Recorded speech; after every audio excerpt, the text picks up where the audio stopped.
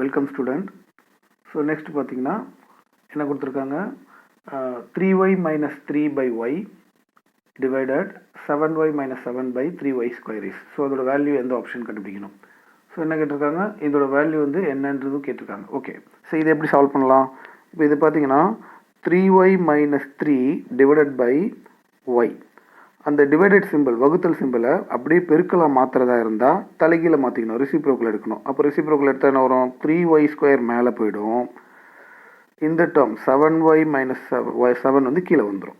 இப்போ நம்ம இதை சிம்பிளிஃபை பண்ணலாம். எப்படி சிம்பிளிஃபை பண்ணலாம், இதுலேருந்து காமனாக 3யை வெளியிடுங்க.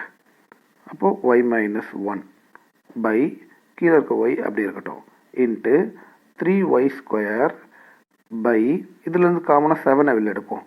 அப்போது y மைனஸ் 1. இப்போ எதெல்லாம் கேன்சல் ஆகும், y மைனஸ் 1க்கு y மைனஸ் 1 கேன்சல், இதில் ஒரு yக்கு இதில் ஒரு y கேன்சல். அப்போ மிச்சம் என்ன வரப்போகுது, 3 இன்ட்டு 3 இன்ட்டு 3 9, ஒரு y இருக்குது 9y பை 7.